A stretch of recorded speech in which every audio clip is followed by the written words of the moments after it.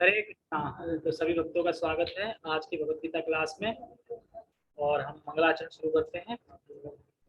मैंने एक श्लोक और ऐड किया है, उसमें ऐड नहीं किया है, अलग से है, बट उसमें ऐड कर देंगे। ठीक है, तो मैं शेयर स्क्रीन करता हूँ।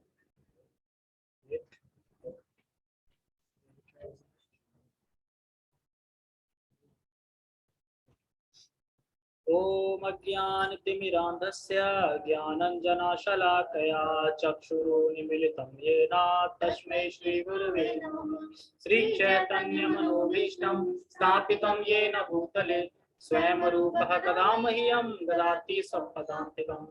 वन्देऽहं श्रीगुरौ श्रीयुतापदकमलं श्रीगुरून् वैष्णवांश्च श्रीरूपं साग्रजातं सहगण रघुनाथान्वितं तं सजीवम् साधुवेतं सावधूतं परिजन सहितं कृष्ण चैतन्य देवं श्री राधा कृष्ण पादान सहगण ललिता श्री विशाखान्वितांश्च।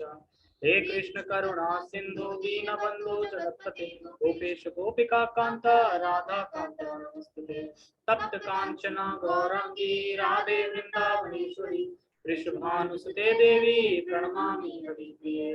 वाञ्छाकल्पतरुभ्यश्च कृपा सिन्धुभ्येव च पतितानां पावनेभ्यो वैष्णवेभ्यो नमो नमः।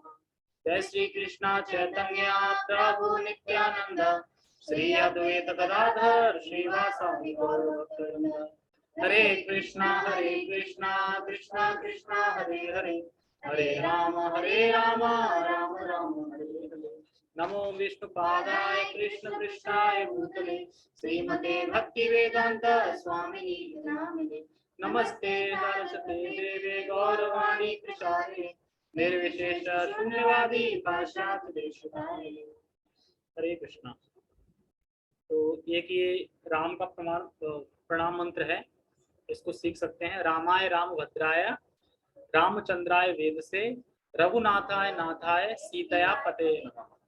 ठीक है, तो इसको उसमें ऐड कर लेंगे। नाम बताया था। हाँ, तो ये राम को ना जब प्रणाम करें, दंडवत प्रणाम करें, तो ये मंत्र बोलना चाहिए। ठीक है, कर दूंगा। ठीक है, ओके, टेलीग्राम में डाल दिया है, इसको ऐड कर लेना। अगर और अच्छा बना सकते हैं तो बना सकते हैं इसको, मैंने तो जल्दी बनाया था, बना के फिर टेलीग्राम में डाल दिया।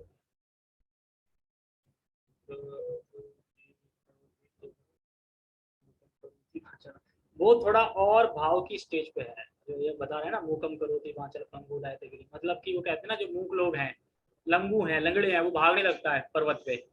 लंगड़े लोग भाग रहे हैं पर्वत, मतलब इस तरीके की प्रार्थना है। मतलब ये चैतन्य चरितामृत से शायद कंफर्म नहीं है, कंफर्म नहीं तो गलत भी हो सकती है। तो हाँ, तो ये एक्चुअली ये जो भाव के भक्त होते हैं तो उसमें करी जाती है। तो अभी हम उस स्टेज पे है नहीं, इसलिए इसको नहीं करते, प्रभुपाद जी को ही करते हैं खाली। ठीक है, ओके, ठीक है, तो हम श्लोक पे चलते हैं।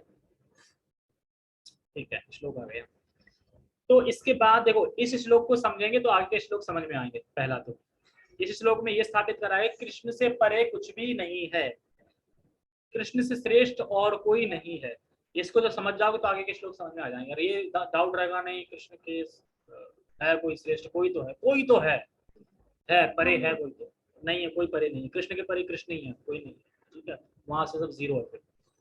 और इसमें बड़े बड़े श्लोक आएंगे, जैसे 4 प्रकार के लोग भगवान के पास जाते हैं, 4 प्रकार के नहीं जाते हैं। तो वो बहुत बड़े बड़े परपट हैं उनके। तो 4 लोग हैं, तो एक लोग की एक दिन में हो पाएगी। जैसे नाराधमा, जो नरों में अधम है, वो नहीं जा सकते, तो एक दिन उनका लगेगा। तो फिर भी कोशिश करूंगा मैं कि शॉर्टकट में बताने का, कि 2 दिन में ही हो जाए, लेकिन बड़े बड़े हैं। ठीक है, जब आएंगे तब देखेंगे। भगवान के पास जैसे यहाँ तक आ गए तो आगे भी पार लगेगा। ठीक है, ओके। इससे पहले भगवान ने बताया था कि समझो, क्या समझो? हाँ, ये रट के आया था क्या?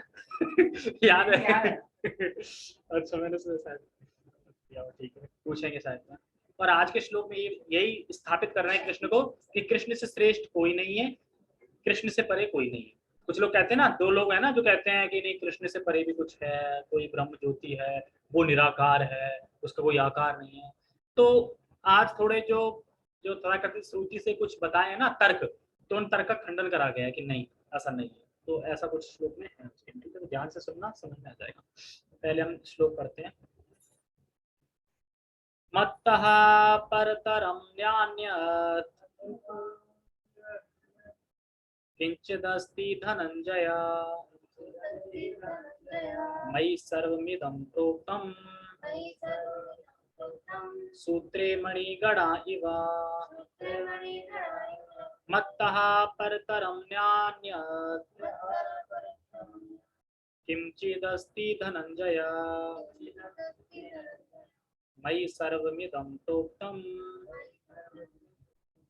सूत्रे मणिगणा इव। देखो जहां भी ये वर्ड आता है ना, मत्तः परतरम, मतलब मैं, मेरा, मैं अपने लिए भगवान बोल रहे हैं, मतलब मुझसे परे कोई नहीं है, मुझसे श्रेष्ठ कोई नहीं। मत्ता मतलब मुझसे। तो मत्तः परतरम न्यान्यत मतलब मुझसे परे कोई भी नहीं है, न ब्रह्मा न विष्णु न महेश न और न कोई निराकार, कोई नहीं, मुझसे परे कोई है ही नहीं, मतलब मुझसे ऊंचा या मुझसे श्रेष्ठ या मुझसे अलग कोई नहीं है। यानी भगवान ही सभी कारणों के कारण, ये समझ आ गया ना, मतलब मुझसे परे कोई नहीं है, तो यानी भगवान ही सभी कारणों के कारण है। किंच दस्ती धनंजय, तो कह हे धनंजय कुछ भी नहीं है, मतलब मुझसे परे कुछ भी नहीं है। तो कोई पूछा अच्छा आप ही सब कुछ हो, आप ही से, पिछले श्लोक में आप ही से भौतिक प्रकृति आ रही है, आप ही से आध्यात्मिक आ रही है, आप तो दिखते नहीं, आप तो दिख ही नहीं रहे हो ना, दिख क्यों नहीं रहे, जब हो तो क्यों नहीं दिख रहे। तो फिर क्या एग्जाम्पल देते हैं, माला का।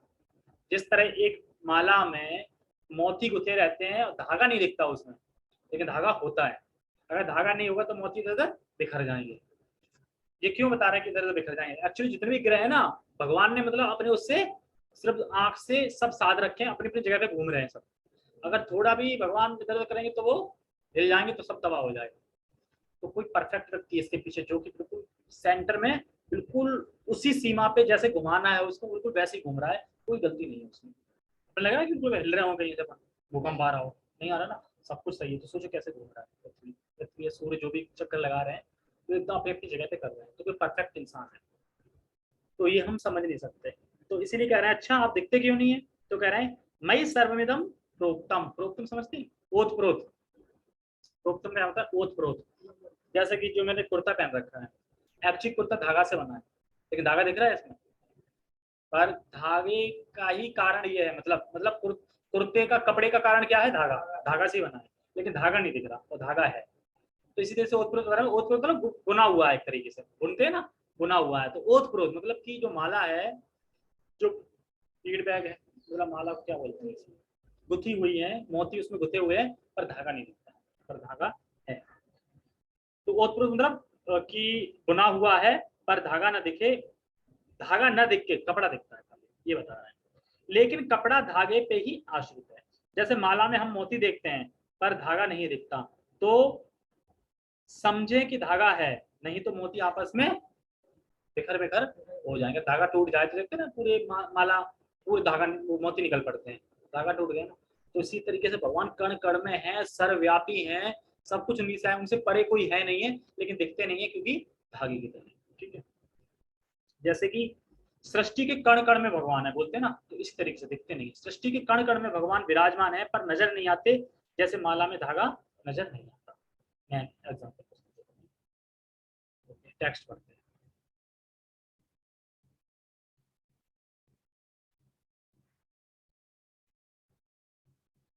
हे धनंजय, मुझसे श्रेष्ठ कोई सत्य नहीं है, जिस प्रकार मोती धागे में गुथे रहते हैं उसी प्रकार सब कुछ मुझ पर ही आश्रित है। तो सारा जगत, भौतिक मटेरियल वर्ल्ड और स्पिरिचुअल वर्ल्ड, सब कुछ भगवान पे ही आश्रित है। और जैसे कि आज मैं प्रभुपाद जी का लेक्चर सुन रहा था, उसमें बता रहे थे कि जो भगवान की अपरा शक्ति है, अगर हम जब तक अपरा शक्ति में ही ढूंढते रहेंगे अपना सुख, तब तक हम आत्मा का सुख कभी अनुभव नहीं कर पाएंगे। अगर हमें आत्मा का अनुभव चाहिए तो हमें पराशक्ति पे आना पड़ेगा, मतलब अपरा शक्ति से उठ के पराशक्ति पे आना पड़ेगा। और जब हम पराशक्ति पे आ जाएंगे, पराप्रकृति आएंगे, तो हम अपने आप को अनुभव करने लगेंगे कि हाँ मैं आत्मा हूँ। और तो ये मटेरियल चीज है, उससे आसक्ति अपनी धीरे धीरे डिटैच होती जाएगी और हम भगवान की तरफ उन्मुख होते जाएंगे। तो इसमें बता रहे हैं आश्रित है, आश्रित है बता रहे, देखो यहाँ समझना होगा। जब हम छोटे बच्चे थे तो स्कूल जाते थे, मैथ पढ़ते थे, टीचर आती थी, तो क्या कभी किसी ने टीचर से ये क्वेश्चन किया कि जीरो या 1 पे किसी ने क्वेश्चन किया कुछ पूछा हो? जीरो मैं तो नहीं मान रहा, जीरो मैं नहीं मान रहा जीरो। मान लेते ना, टीचर बोलती है। किसी ने क्वेश्चन किया 0 पे, 1 पे, 2 पे, 3 पे, 4 पे? नहीं किया ना। तो उसी तरह बिल्कुल एज इट, उसी तरह क्या करना है, इसी प्रकार अगर हमें भगवान को जानना है, अगर भगवान को जानना चाहते हैं तो क्या है, जन्मादस्य इतर, मतलब सारा कुछ भगवान से ही आया है। जन्मादस्य मतलब सारा कुछ भगवान से आया है। इस पे हम प्रश्न नहीं कर सकते कि तो भगवान कहां से आया। जिस तरीके से 0 पे और 1 पे हम क्वेश्चन नहीं कर रहे हैं ना, एक्सेप्ट कर रहे हैं ना, उसी तरीके से अगर हम भगवान को जानना चाहते हैं तो हमें ये एक्सेप्ट करना पड़ेगा, जन्मादस्यता, भगवान से सारा कुछ आया है। और ये प्रश्न नहीं कर सकते भगवान कहां से है। भगवान आदि है, वो सभी कारणों के कारण है, उनका कोई कारण नहीं है। ठीक है। तो कृष्ण के, और कृष्ण के परे विष्णु भी हैं, मतलब कृष्ण के जो कृष्ण के परे विष्णु भी नहीं, हाँ कृष्ण के परे विष्णु भी नहीं है, यानी विष्णु का स्रोत भी कृष्ण ही है। अब तो अच्छा, आप तो कहते हैं विष्णु ही सब कुछ है, मतलब आता ना इसमें विष्णु की आराधना करो। एक्चुअली तथ्य से और शक्ति में कोई भेद नहीं है विष्णु, लेकिन बस हम ये नहीं कह सकते कि विष्णु के स्रोत कृष्ण, नहीं नहीं, मतलब कृष्ण के स्रोत विष्णु है, हम ये नहीं कह सकते, ये नहीं है। कृष्ण से विष्णु आए, बाकी कोई भेद नहीं है, एक ही है, मतलब एक ही है, चाहे तुम विष्णु की करो, राम की करो, नरसिंह की करो, एक ही है, कोई दिक्कत नहीं है। लेकिन आए कृष्ण से ही, कृष्ण नाम। तभी तो ब्रह्मा जी लिख रहे हैं ना ईश्वरा परमा कृष्णा, ये नहीं लिखा ना ईश्वरा परमा विष्णु। एक्चुअली स्रोत किसके हैं, महाविष्णु कृष्ण के हैं। तो इसलिए हमें बता रहे हैं कि यानी सबके स्रोत कृष्णा है, सबके स्रोत ही कृष्णा है, जितने भी जीव है, जितने भी योनि है, सबके स्रोत यहाँ पे कृष्ण ही है। भगवान कृष्ण का दर्शन महाविष्णु भी करना चाहते थे, जैसे कि कृष्ण लीला में देखा था, जैसे कि मैं आज पता नहीं क्या देख रहा था यूट्यूब में, तो वो खुल गया श्री कृष्ण लीला। तो उसमें जब श्री कृष्ण माया देवी प्रकट होती हैं तो वो कहती है देखिए मेरी माँ है ना, मेरी माँ अभी, मतलब होने वाली माँ अभी कंस के जेल में है, मतलब तो 7वीं बच्चे को वो मतलब जन्म देने वाली है, तो तुम जाओ उनका गर्भ वहां से निकाल के, और जो वासुदेव की दूसरी पत्नी है रोहिणी, रोहिणी है ना, रोहिणी, उनमें स्थानांतर कर दो। ठीक है। तो माया देवी जाती है, स्थानांतर कर देती है। जब तो रोहिणी जगती है तो वो कहती है अरे मैं तो यहाँ पे रह रही हूँ, अब एकदम गर्व आ गया तो लोग तो मेरी निंदा करेंगे, ये कहाँ से आ गया, वासुदेव तो है नहीं, तो जेल में, ये कैसे हो गया, मतलब वगैरह वगैरह।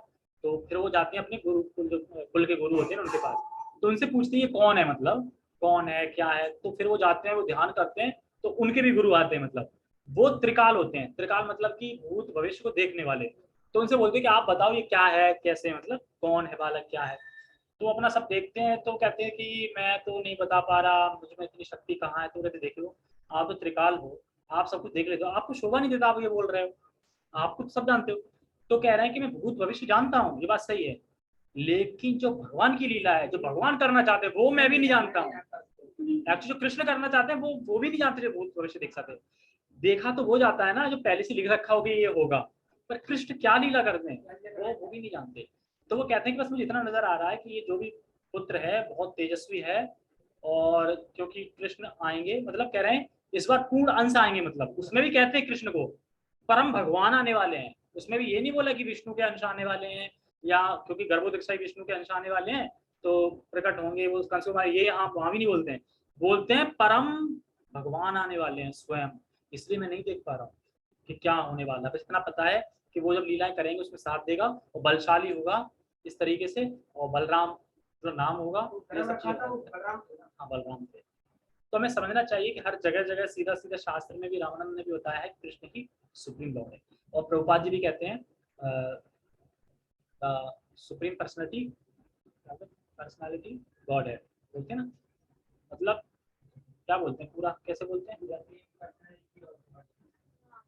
सुप्रीम पर्सनालिटी गॉड है। तो कृष्ण भी बोलते हैं Krishna supreme personality of God है। तो कृष्ण ही है, हमें ये समझना है। तो इस श्लोक में यही समझना है कि कृष्ण से ही सब कुछ आया है, कृष्ण से परे कोई नहीं है। फिर आगे के श्लोक समझ में आ जाएंगे। ठीक है। और बताते कि मान लो इसी श्लोक पे अर्जुन क्वेश्चन करे, अर्जुन से को बता रहे हैं ना गीता, मान लो कि चलो ठीक है भौतिक प्रकृति आपसे आ रही है, आदत प्रकृति आपसे आ रही है, लेकिन आपसे परे भी कुछ हो तो हम कैसे कहें, हमने तो श्रुतियों में सुना है आपसे भी परे कुछ है। तो कौन करे नहीं, कौन करे नहीं, मुझसे परे मुझसे परे कुछ भी नहीं है, मैं ही परम वस्तु हूँ। परम वस्तु, वस्तु का मतलब क्या है यहाँ पे, वस्तु का मतलब ये परम वस्तु है, मतलब जिसका कभी नाश नहीं होता। जिस वस्तु का, हर वस्तु का नाश होता है, हर वस्तु का नाश होता है, कालक्रम में नाश होता है।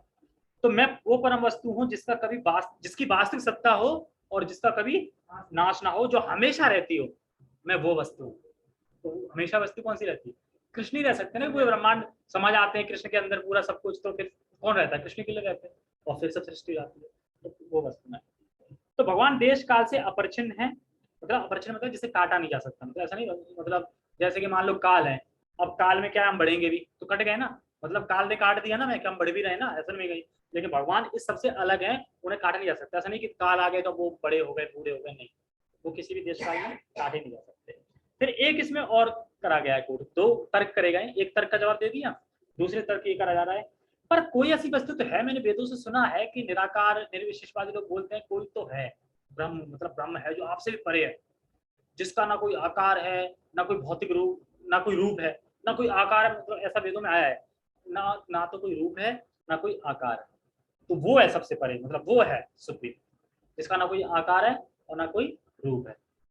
तो भगवान कहते नहीं, आकार नहीं है इसका मतलब यह है कि उसका कोई भौतिक आकार नहीं है, ठीक है, और रूप नहीं है मतलब इसका कोई भौतिक रूप नहीं है, ये बोला जा रहा है उसमें। लेकिन वो क्या समझ रहे हैं, अच्छा तो यहाँ पे बोल रहे हैं अच्छा भगवान से परे ये है, यहाँ से आया है, एक्चुअली रूप नहीं है भगवान का, तो मतलब ये भौतिक रूप नहीं है भगवान, ये समझना चाहिए। लेकिन वो सुन लेते हैं, देखो ना लिखा है ना रूप नहीं है भगवान का, तो निराकार हो गया ना, वो ये पढ़ लेते हैं, और ये नहीं बोलते भौतिक रूप नहीं है उनका, हाँ भौतिक आकार। तो ये बता रहे हैं कि और उनका नाम नहीं है भी बोलते, नाम नहीं है, नाम नहीं है तो भौतिक नाम नहीं है, भगवान का भौतिक नाम होता है, भगवान का दिव्य नाम है जो हमेशा से ही है, क्योंकि इस जगत में हम जो भी जन्म लेते हैं तो उनका नाम रखा जाता है ना, मतलब नाम था नहीं, रखा गया, जो रखोगे उसी में। लेकिन भगवान कृष्ण ऐसा नहीं कि कभी रखा किसी ने, वो इंडिविजुअल है, पहले से ही कृष्ण नाम, मतलब कृष्ण जितने नाम है, गोविंद गोविंद जितने भी नाम है सब पहले से ही है, शाश्वत नाम है उनके, रखे नहीं गए, अपने तुम्हारे नाम रखे जाते हैं, भगवान के नाम रखे नहीं जाते। तो इस तरीके से दोनों तर्क को काटते हैं, और कहते हैं कि किसी भी शास्त्र में ये नहीं बताया गया कि कृष्ण या विष्णु से परे कोई, किसी भी शास्त्र में तुम पढ़ लो कहीं ये नहीं लिखा हो कृष्ण से परे भी कुछ है, किसी भी शास्त्र में। और सबसे बड़ा प्रमाण है श्रीमद् भागवतम, जो कि ग्लोरीज है, पूरे कृष्ण को स्थापित करता है भगवान के रूप, इसीलिए कहते श्रीमद् भागवतम पढ़ना चाहिए। बाकी पुराण पढ़ोगे तो भ्रमित हो जाओगे, शिव है, इसमें तो विष्णु की है, इसमें गरुड़ की है, किसी में देवी की है, देवी भागवतम है, बहुत सारे भागवतम है, तो ये सब बता रहे हैं, ठीक है, परपत करते हैं।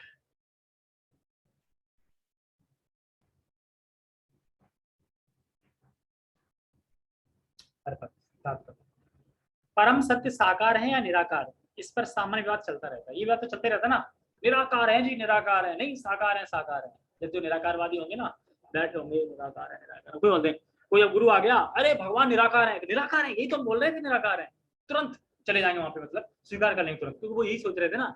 एक्चुअली निराकार क्यों बना देते हैं, ताकि सेवा ना करनी पड़े, रूप है नहीं, नाम है नहीं, आकार है नहीं, सेवा किसकी करोगे, बस बैठ जाओ ध्यान लगाओ, किसी का भी लगाते रहो, कौन देख रहा अंदर जाके ध्यान लगा किस कर रहे हो, किसी का भी लगा लो।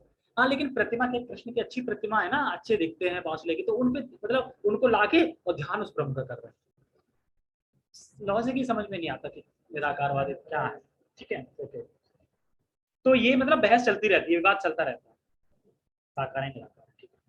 जहां तक भगवद गीता का प्रश्न है, परम सत्य श्री भगवान श्री कृष्ण है, और इसकी पुष्टि पद पद पर होती है, गीता में बताया गया ना, पद पद में बताया ना, श्री कृष्ण भगवान है, श्री कृष्ण भगवान, बहुत से श्लोक हैं, एकला प्रभु कृष्णा और सब भृत्या, और ईश्वरम परमा कृष्णा, ठीक है, और भी बहुत सारे, ठीक है, अहम प्रभु सर्वस्व, सर्वस्व प्रभु, बहुत सारे श्लोक से बल है कि परम सत्य पुरुष रूप है, आगे ना पुरुष रूप, पुरुष रूप मतलब कौन से, सृष्टिशाली पुरुष नहीं, पुरुष अवतार बोलते हैं जो, पुरुष अवतार, तो पुरुष क्यों बोला जा रहा है, देखो पुरुष को समझो, पुरुष को यहाँ बता रहा है कि प्रकृति परम नहीं है, पुरुष है, प्रकृति ने बोला कि बोला मैं, जैसे कि भगवान ने इस श्लोक में क्या बोला है, भगवान ने सब बोला है मत्तः परतरम नान्य, मतलब भगवान भी बोला ना मत्ता परम, ये तो नहीं बोला मत्तः प्रकृति परम, मतलब कि प्रकृति परतरम, ये नहीं बोला, मतलब प्रकृति परम नहीं है, भगवान खुद बोल रहे हैं अपने बारे में, मैं परम हूँ, मुझसे आई है, मतलब मैं हूँ पुरुष,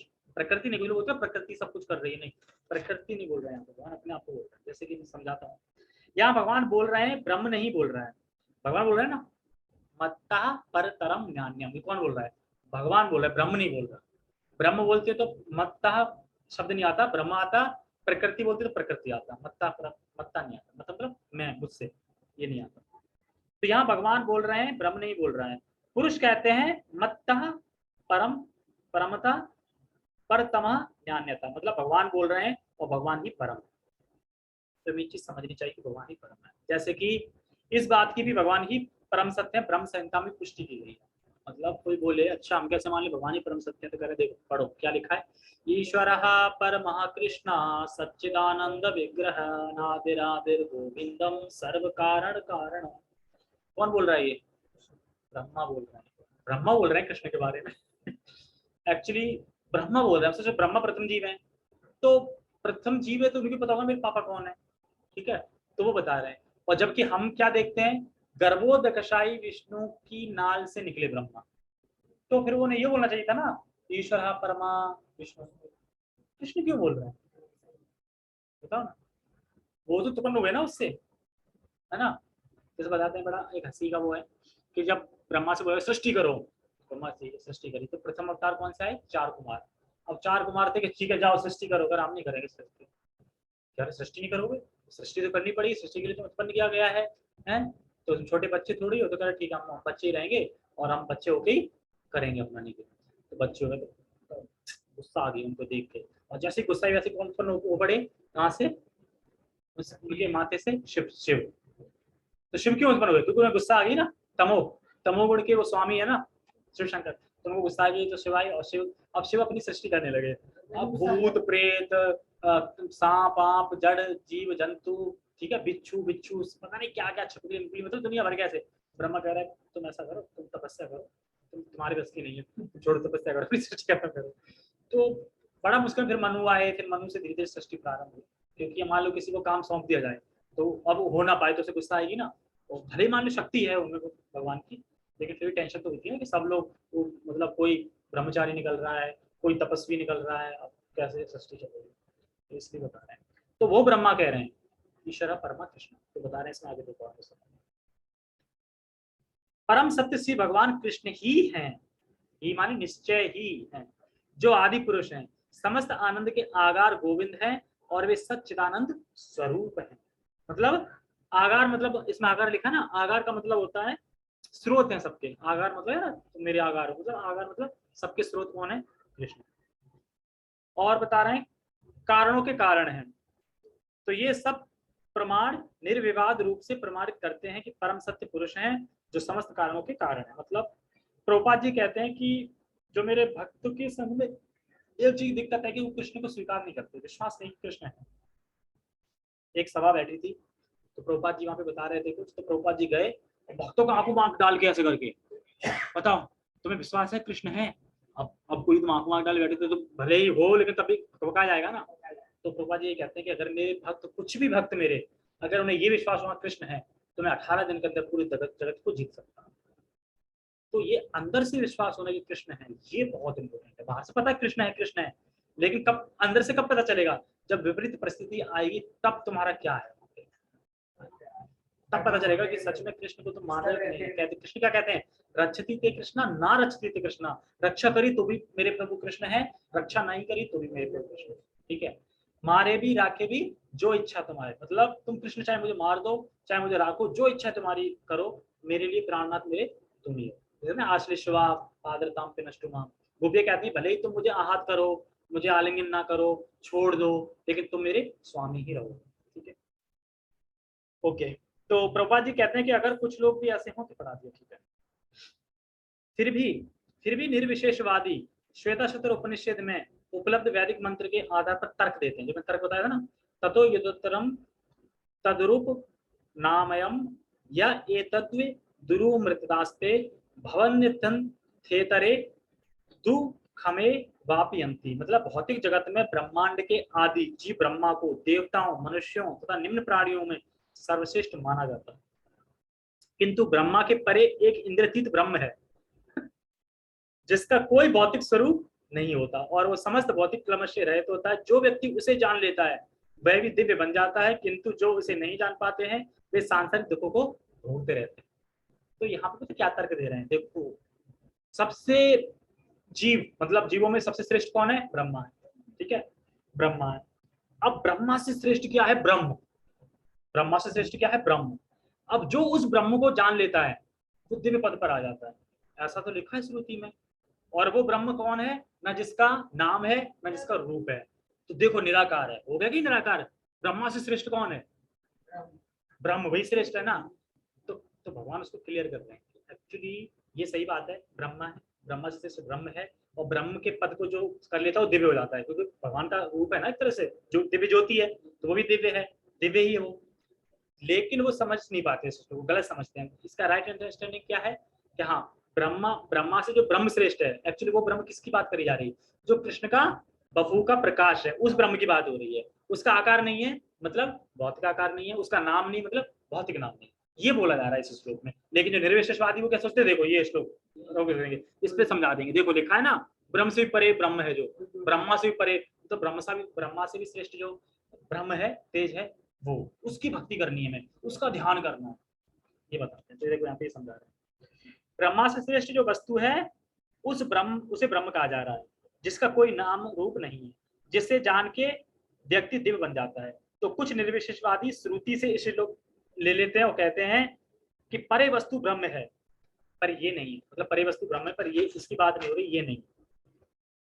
जैसे ब्रह्म संहिता में एक श्लोक उद्धृत हुआ है, इसको आगे पढ़ते हैं।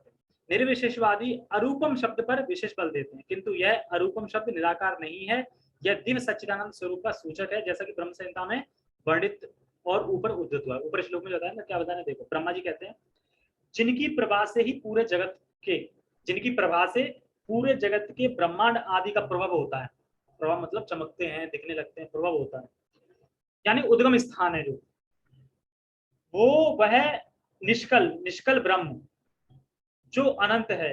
लेकिन ये प्रभा है किसकी, जिस प्रभा की बात करी जा रही है इस श्लोक में, वो प्रभा है किसकी, वो प्रभा कृष्ण की है, गोविंद की है।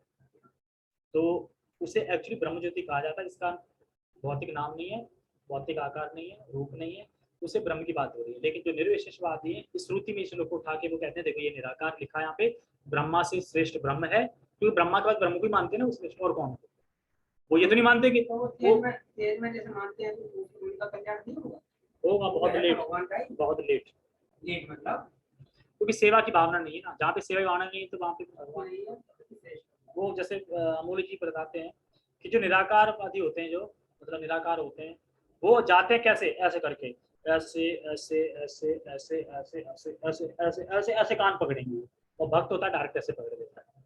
तो उन्हें बहुत जन्म लगेंगे, बहुत टाइम लगेगा। अभी तो जाएंगे फिर यहाँ पे अनाथ आश्रय खोलेंगे, सेवा करेंगे, समाज सेवा करेंगे, धीरे धीरे सेवा पुण्य इकट्ठे करेंगे, फिर धीरे धीरे जा पाएंगे इस तरीके से। ठीक है, आगे पढ़ते हैं। श्वेता शतर उपनिषद के अन्य श्लोकों में भी इसकी पुष्टि हुई है। वेदा हमन्ते पुरुषम महांत महांत मदित्य वर्णा तमसा परस्ताता तमेव विद्वान इति मृत्युमति न्यान्या पंथा विदते यनाय यस्मात् परम नापरमस्ति कश्चिदः यस्मा नाड़ियो नो जोयोति कश्चिदः वृक्ष इव स्तब्धो दिवि तिष्ठित्य कस्तेनेन्द्र पूर्ण पुरुषेण सर्वम सर्वम, मतलब मैं उन भगवान को जानता हूँ जो भौतिक अंधकार की समस्त भौतिक अनुभूतियों से परे है। उनको जानने वाला ही जन्म तथा मृत्यु के बंधन का उल्लंघन कर सकता है। उस परम पुरुष के इस ज्ञान के अतिरिक्त मोक्ष का कोई अन्य साधन नहीं है। तो ये वही श्लोक बता रहे हैं जो आता ना, जन्म कर्म च मे दिव्य, मुझे जान के जन्म मृत्यु से परे हो जाते, तो बता रहे हैं इसमें नहीं है। देखो भगवत गीता कितना सुंदर ग्रंथ है। भगवत गीता अगर कोई अच्छे से समझ ले तो फिलोसफी इतनी पक्की हो जाएगी उसकी, कोई इसे हिला नहीं सकता। फिलोसफी है ना पूरी। और भगवत गीता को अगर पूरा पढ़ ले सही से तो वो ये समझ जाएगा मैं कौन हूँ, परमात्मा कौन हूँ, मेरा क्या संबंध है, मुझे क्या करना है, भगवान को कैसे पाना है, और रिजल्ट आएगा भगवान की भक्ति करके हम भगवान को पा सकते हैं। भगवत गीता से सब कुछ पता चल जाएगा। तो इसलिए भगवत गीता आनी चाहिए परफेक्टली, सारा कुछ सही से। तो भगवत गीता के बारे में ग्लोरीज बता रहे हैं, क्योंकि भगवत गीता तत्व से सही समझ पाते हैं। क्योंकि भागवतम में ग्लोरी ज्यादा है, कथाएं, ठीक है, कथाएं मतलब ये स्तुति कर रही हैं, कहीं कुंती माता कर रही है, कहीं अर्जुन कर रहे हैं, कहीं अर्जुन की सुभद्रा बहन कर रही है, कहीं कोई कर रहा है, ठीक है। लेकिन इसमें क्या है, तत्व है गीता में। तो गीता पढ़ के हम जान सकते हैं कि भक्ति करके भगवान को पा सकते हैं। उन परम पुरुष से बढ़कर कोई सत्य नहीं है क्योंकि वे श्रेष्ठतम है, यानी कृष्ण। वे सूक्ष्म से भी सूक्ष्मतर हैं और महान से भी महानतर, मतलब छोटे से भी छोटे हैं, बड़े से भी बड़े हैं। बहुत छोटी चीज को हम नहीं समझ सकते और बहुत बड़ी चीज को हम नहीं समझ सकते। वे मूक वृक्ष के समान स्थित हैं और दिव्य आकाश को प्रकाशित करते हैं। मूक वृक्ष क्या है? करता सब कुछ रहता है, बोलता कुछ नहीं है। जैसे भगवान है ना, करते सब रहते हैं, बोलते कुछ नहीं, सिर्फ गीता में बोलते हैं बस। गीता में तो भगवान एक तरह से खुल के बोल रहे हैं, बाकी नहीं बोलते।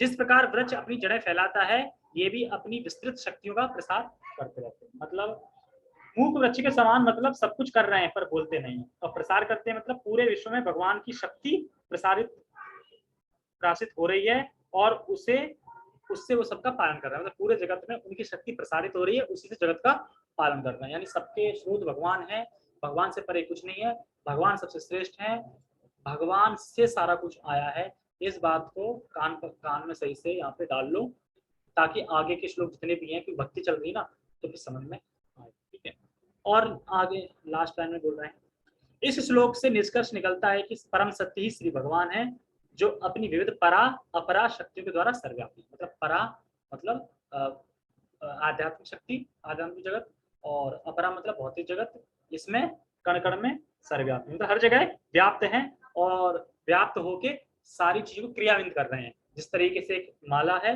माला में मोती है और धागे में रह के वो माला को संजोत पे रखते हैं वैसे।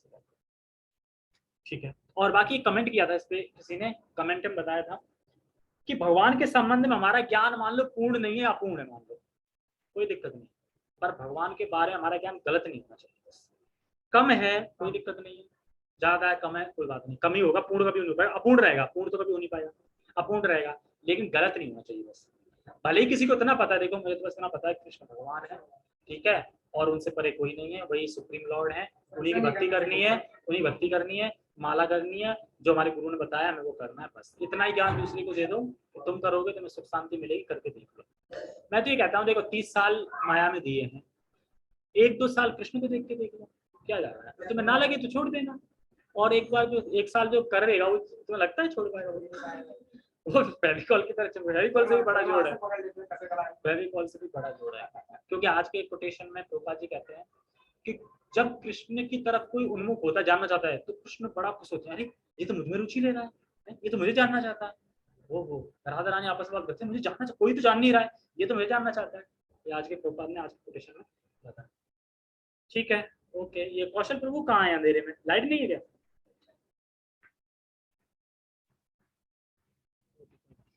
जगत गुरु शील प्रभुपाद की जय, श्रीमद् भगवद गीता की जय, नित्य नित्य गौर प्रेमानंद। आज अनिल प्रभु नहीं आए, कहाँ गायब थे?